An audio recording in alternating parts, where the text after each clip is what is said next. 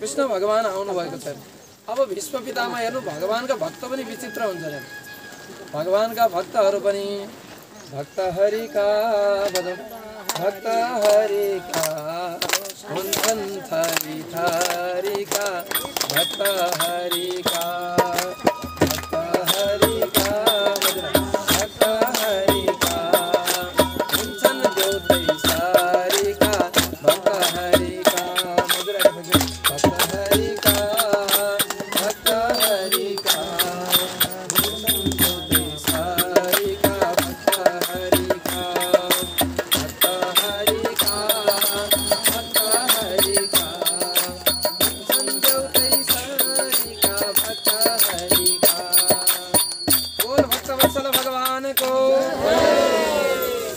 भक्त देवता सरी हुन्छन् देउतै सरीका भक्त हरिका। अब उनीहरूको महिमा कस्तो त हेर्नु।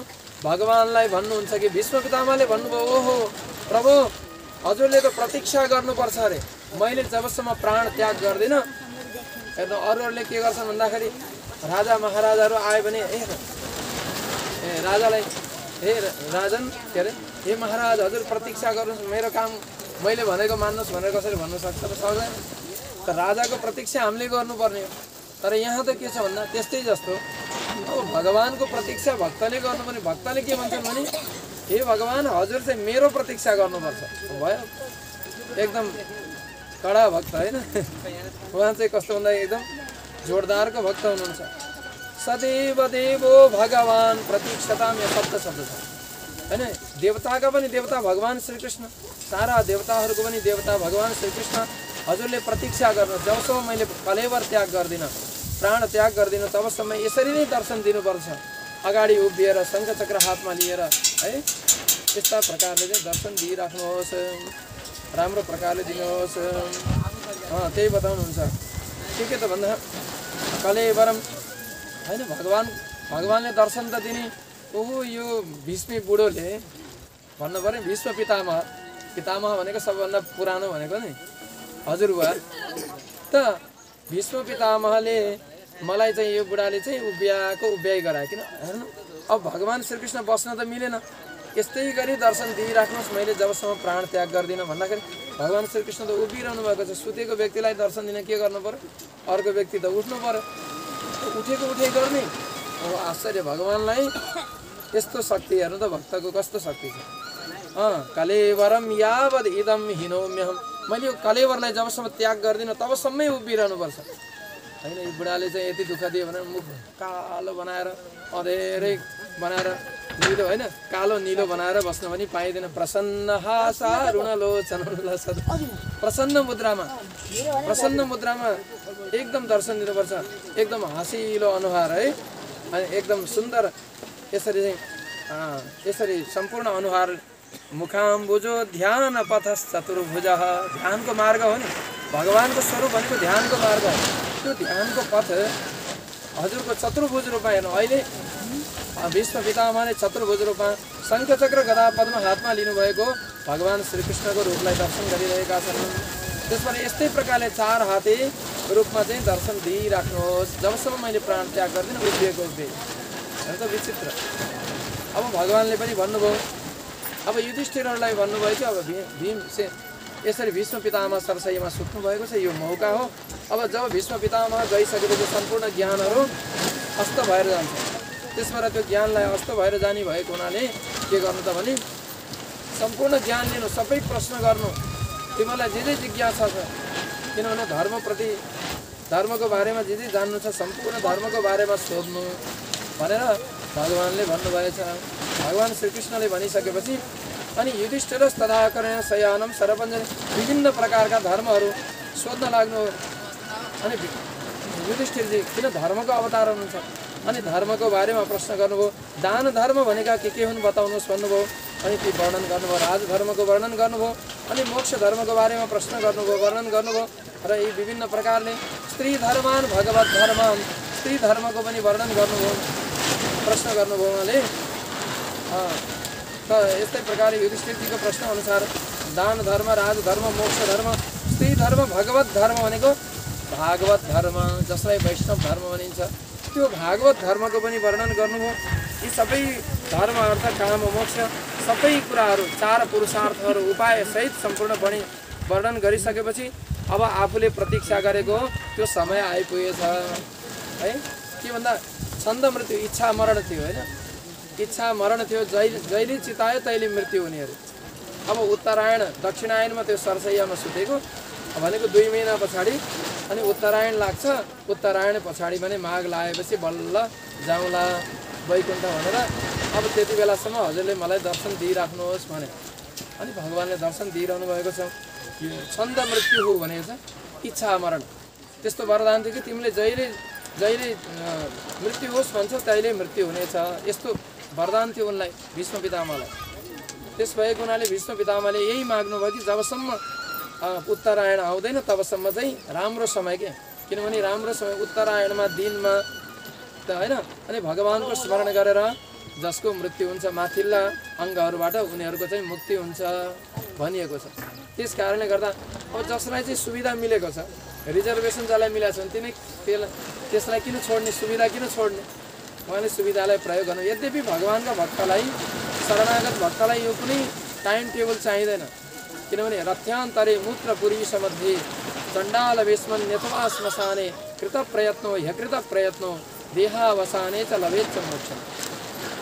जसरी पनि मृत्यु भए पनि भगवानको शरणागत भएको छ भनेदेखि हिँड्दा डुल्दा बाटो घाटोमा परेर कहीँ के भन्छन् अरे बिचमा एक्सिडेन्ट भएर अनि केले विभिन्न प्रकारले मृत्यु भए पनि विभिन्न प्रकारको चाहिँ के अरे विष्टा मूत्रमा, अब हजुर हाम्रो भाषामा बुझ्नुहुन्छ होला हजुरले हैन, अब विष्टा मूत्रमा मलमूत्रमा चाहिँ डुबेरै मृत्यु भए पनि सेफ्टी ट्याङ्कीमै डुबेर गए पनि अझै बुझ्ने गरी भन्नुपर्छ। बोल भक्त वत्सल भगवानको त्यहाँबाट मृत्यु भए तापनि उसको कृत प्रयत्न ह्यकृत प्रयत्न गरेर नगरेर पनि जसरी पनि मृत्यु हुन्छ भने पनि देहावसानमा शरीर छुटिसकेपछि मोक्ष अवश्य प्राप्त हुन्छ। देहावसाने च लभेच्च मोक्षम। त्यसबाट देहावसानमा मोक्ष प्राप्त हुन्छ। तथापि उहाँलाई सुविधा मिलेको थियो, उहाँले प्रयोग गर्नुभयो र यी सम्पूर्ण वर्णन गरिसकेपछि त अब आउन लाग्यो। अब उत्तरायण आउने बेलामा त अब सबै प्रवचन बन्द गरिदिनु भयो, र उहाँले के गर्नुभयो भगवानको ध्यान गर्न लाग्नुभयो। भीष्म पितामहले यसलाई भीष्म स्तुति भनिन्छ। इतिमति रूपकल्पिता वितृष्णा भगवान श्रीकृष्णको प्रार्थना गर्नुहुन्छ। भगवती सात्वत पुङ्गवे विभूम्नि स्वसुखमुपगते क्वचित् विहर्तुं प्रकृतिमुपेयुषि यद् भव प्रवाह भन्नुहुन्छ। ओहो, मैले त यो मतिलाई नै बुद्धिलाई नै उपहार रूपमा टक्राएँ अरे। यो मेरो मति भनेको जो बुद्धि हो, बुद्धिलाई नै हे प्रभु आजसम्म संसारमा हैन घरबार परिवार विभिन्न कहाँ हो यताउता सर्वत्र छरिएको जो मन हो त्यो मनलाई यो मतिलाई हजुरतिरै लगाएँ, सती बनाएँ प्रभु। इति मति उपकल्पिता भने उपहार रूपमा हजुरलाई टक्राएको छु। कस्ती छिन् त यी मति भनेको बुद्धि एकदम शुद्ध भएकी छिन्। किन शुद्ध त भन्दा अरू कतैतिर लागेको छैन, अब हजुरतर्फ मात्रै लागेको छ। अब संसारमा कतैतिर हैन विभिन्न प्रकारका भोग विलास हैन आयस आराम धन सम्पत्ति कतैतिर छैन, एकदम हजुरतिर छ। वितृष्णा भनेको तृष्णा रहित छ, यही रहेछ नि शुद्धता। यो चाहियो त्यो चाहियो, यति तले घर बनाऊ, यति तले बनाऊ हैन, एउटा दुईटा घडेरी भयो 8-10वटा बनाऊ, अनि विभिन्न भयो। यो नेपालको घडेरीले पुगेन, विदेशमा गएर घडेरी बनाएर घर घडेरी किनौँ हैन, दुनियाँ बनाऊ। यी सम्पूर्ण कुराहरू वितृष्णा, ती सम्पूर्ण तृष्णाहरू हटेर गइसक्यो। त्यस भएको हुनाले हे प्रभु स्वसुखमुपगते क्वचित् विहर्तुं प्रकृतिमुपेयुषि यद् भव प्रवाह। त्यस भएर मैले आफ्नो मति भनेको बुद्धिलाई नै हजुरलाई के भन्दा कन्या, त्यो कन्या रूपमा यो आफ्नै मति बुद्धिलाई हजुरको शरणमा सती भनेको वितृष्णा उपकल्पिता यसरी उपहार रूपमा टक्राउँदछु भनेर यस्ता प्रकारले भन्नुभयो। यी विजयका सखा अर्जुनका सखा हजुरमा मेरो रथी लागिरहोस्, निरवध्या अनवध्या दोषरहित बुद्धि लागिरहोस्। विभिन्न प्रकारका महाभारतको युद्धमा हजुर कसरी आउनुभएको थियो युद्ध गर्नको लागि है, अर्जुनको सारथी बनेर एकदम घोडाको त्यो घोडाले हैन पुरले चाहिँ एकदम धुलोहरू उडाएर एकदम धुलोहरू घुम्रिएका हजुरका केसमा कपालमा आएर चाहिँ ती टल्किरहेका थिए साँझको समयमा है। अनि त्यो टल्किएको त्यो सम्पूर्ण दृश्यहरू त्यस्तो बेलामा चाहिँ आफ्नो भक्तलाई रक्षा गर्नको लागि अनेक गर्नुभयो हजुरले। धेरै प्रकारको यहाँ वर्णन गर्नुहुन्छ। युद्धि तुरग र जो विधुम्र विश्वको धुलाम्य शरीर भएको छ हेर्नु युद्धको बीचमा है। कच बिलुलित श्रम वा हरिअलङ्कृत आसे अनि बीचमा त्यसरी गालाबाट अनुहारबाट पसिनाहरू पनि सिमसिम आइरहेका टल्किरहेको हजुरको अनुहार। मैले चाहिँ फेरि तीखा तीखा बाण, किन शत्रु पक्षको हो नि त, शत्रु पक्षको भनेर मैले चाहिँ तीखा तीखा बाणहरू प्रहार गरेँ, तपाईँलाई कति कति गरेँ। तर के गर्नुभयो भने पछि दिलाछ त। तर हजुरको छालामा हजुरको शरीरमा चाहिँ होइन, किन आफ्नो भक्तलाई जोगाउनु भनेर भगवान्ले यसरी चाहिँ अर्जुनलाई आलिङ्गन पनि गर्नुभयो, अर्जुनलाई छोप्नुभयो, भगवान्ले लाग्यो। तर अब ती सबै चाहिँ भगवान्को शरीरमा चाहिँ फुल जस्तो भनौँ न ती विभिन्न प्रकारले सुशोभित भइरहेका थिए। हजुरको शरीरमा ती बाणहरू लागिरहेका थिए, कस्तो अवस्था थियो। अनि हजुरले आफ्नो प्रतिज्ञालाई पनि परित्याग गरेर मेरो प्रतिज्ञालाई पुरा गर्नुभयो। हजुरले के भन्नुभएको थियो त पहिले भन्दा, मैले युद्धमा चाहिँ शस्त्र उठाउँदैन भनेको। तर अब हजुरले के गर्नुभयो त भन्दा आफ्नो प्रतिज्ञालाई छुटाएर मैले के प्रतिज्ञा गरेँ त भन्दा, मैले प्रतिज्ञा गरेँ कि कृष्णलाई यो के अरे शस्त्र उठाएरै छाड्छु, मैले प्रतिज्ञा गरेको थिएँ। भीष्म पितामहले भन्नुहुन्छ भगवान् कृष्णको प्रतिज्ञा ठुलो कि भक्तको प्रतिज्ञा ठुलो। अब यहाँ ठुलो घमासानु पर्यो। अब त्यस बिचमा होइन भक्तको प्रतिज्ञा सफल नभए अब हेर्नु भगवान्का भक्तको पनि पुरा हुँदो रहेछ भन्ने हुन्छ।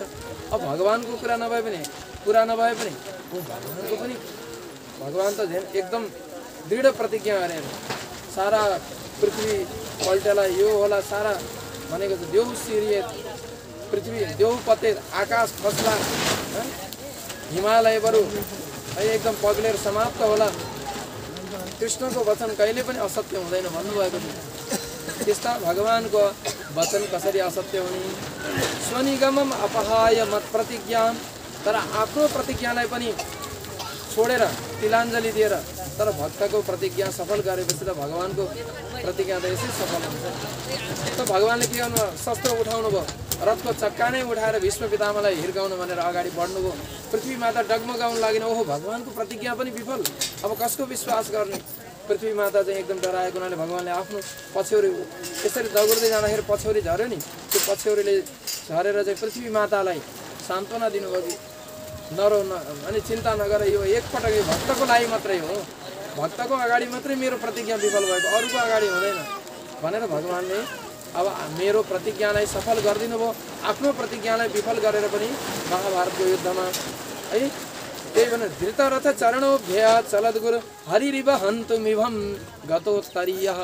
हरि भनेको सिंह, सिंहले जस्ता प्रकारले हात्तीलाई झम्टिन गए जस्तै गरी मलाई झम्टिन आउनुभयो। त्यति बेला भगवान् कृष्ण एकदम सिंह, किन भगवान्ले जे हातमा लिनु छ त्यही चक्र बन्छ। भगवान्ले त्यो रथको चक्कालाई नै हातमा लिनुभयो, त्यही चक्कालाई नै लिएर चाहिँ घुमाएर यसरी चाहिँ अब भीष्म बुढालाई हिर्काउँछु भनेर आउनुभयो। किन मेरो अर्जुनलाई चाहिँ कति तीखा तीखा बाणहरू हानिरहेका छन् भनेर भगवान्ले त त्यो आफ्नो प्रतिज्ञालाई पनि विफल गरेर मेरो प्रतिज्ञालाई सफल गरिदिनु भयो। हे प्रभु भक्त वत्सल, हजुर जस्तो दयालुहरू कोही पनि छैन भनेर धेरै स्तुति गर्नुभयो र अन्तिममा मन वचन सबै भगवान्मा लगाएर अन्तिम सास दिनुभयो। भीष्म पितामहको प्राणान्त भयो। बोल भक्त वत्सल भगवानको श्री आनन्द कन्द भगवानको श्री कृष्णचन्द्र भगवानको इष्ट।